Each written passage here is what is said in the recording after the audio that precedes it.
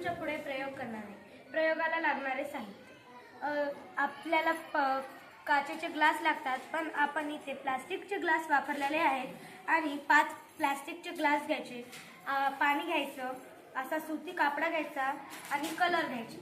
नंतर आपण असे ग्लास ठेवून घ्यायचे। ठेवल्यानंतर त्याच्यामध्ये पाणी टाकून घ्यायचे, पाण्यामध्ये कलर मिसळवायचे आणि ही सुती कपडा अगोदर इकडच्या साईडने टाकायचा आणि नंतर टाकायचा। सर्व ग्लासमध्ये तसंच करून घ्यायचं आणि नंतर निरीक्षण करायचं आणि सुती कापडाचा एक टोक रिकाम्या ग्लासमध्ये आणि एक पाण्याने भरलेल्या ग्लासमध्ये असं केलेलं आहे, नाही का? समोरासमोरील ग्लासमध्ये लाल रंग मिसळलेला आहे आणि इकडच्या ग्लासमध्ये निळा रंग आहे। तर आता आपल्याला निरीक्षण करायचं आहे काय होतंय ते।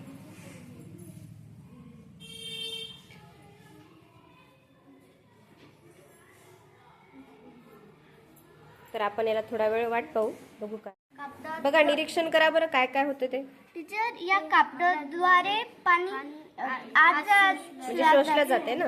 इथे लाल होतंय, लाल रंग आहे, तर इथे निळसर होत आहे। दिसतंय का? बघा बरं, ही पट्टी पांढऱ्या शुभ्र होती आणि आता बघा आतपर्यंत अशी लालसर झालेली आहे। हात लावून बघ बरं, ओलसर लागते का आतमध्ये? आतमध्ये बघ। हो टीचर, वाटत आहे ना, म्हणजे हळूहळू पाणी शोषल्या जात आहे।